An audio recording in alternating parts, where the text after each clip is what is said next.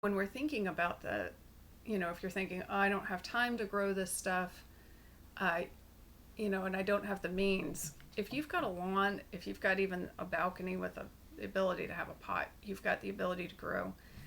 And you probably can go to local farmers, local growers too, to supplement. One of the reasons this is a brilliant idea is because this feeding the masses, the way that we've decided to do this, requires massive amounts of fertilizer and pesticides. So almost every single test subject's urine. Mm-hmm. So it doesn't matter if you're a baby and an old person, you've got glyphosate in your body. And guess what glyphosate does to you? What? For those of you that have gluten allergy, or if you have somebody in your family that has a gluten allergy or celiac, and you're thinking, why do we have so much more of this than we've ever had before? Glyphosate. It seems to be a trigger for that allergy.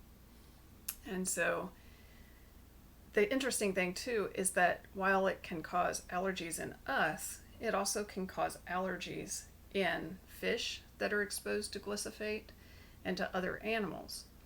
So if they can't eat what they normally ate, which is also going to impact our food supply. What we've done is we've gone for the quick money, and there's certainly better ways to think about how to feed the planet than what we've come up with thus far. It reminds me of a program we saw a couple years ago of the big push to help countries grow wheat. These countries had never grown wheat before. It's not endemic to those areas. So to grow wheat, you've got to move massive amounts of water. You've got to use tons of fertilizer. Well, it's a problem when you're looking at shortage of fresh water.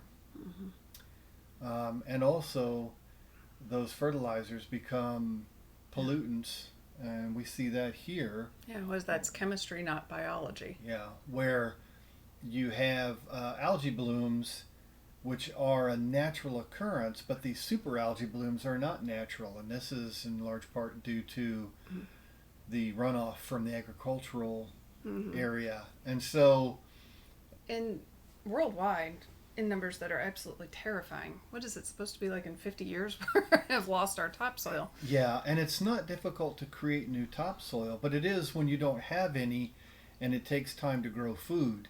So you've got to be replenishing your topsoil now. Our farming techniques, we basically at Chipco run a agroforest. So we have certain areas where food grows, and then in some cases, some of the fruit trees have migrated down into the wilderness area, and that part of that was before we got here. Mm-hmm. So the nice thing is the wildlife gets to eat delicious oranges. Yeah. Well, and we don't have a lot of wildlife that do eat oranges, but you do have some. Yeah, the invasive feral pigs, for instance. Yeah. But it's in knowing your forest well, which we're working with different agencies, conservation agencies, to know our own forest well. We're going to pull out those things that are. Welcome back, Solomon. Man, that's the fastest grocery trip I've ever heard in my life. Like, that was speedy. He's got hungry people he's got to take care of. Dude. I want to find out that topsoil thing. Yeah, I think it's we are 60 years from losing all of our topsoil. Yeah. And so obviously that's got to be replenished. And as I mentioned, it's not a difficult thing to do, but you do have to spend time. Man, you're right on top of it. 60 years from the UN Agricultural Commission. Yeah. It's when you take those big giant plows and you run through fields and you see that plume of dirt dust. That's your topsoil going away. Use fertilizers. Yeah. Chemistry, not biology. Mm-hmm. So you don't have your worms and all of the microscopic creatures and stuff that's under the soil. Yeah, and if you think about this in terms of history, our good friend Lewis out at Rosebud, we've had this conversation before with him. He's Lakota, and we talk about the bison that used to roam free, vast herds of bison. Well, they would eat the plains grass. That helps control the grass.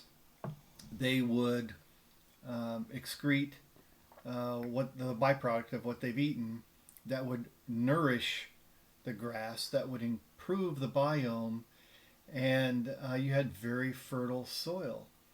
And when the settlers came through and eradicated the Important. I didn't know. I didn't. when you eradicate the bison in order to help exterminate the tribes, then you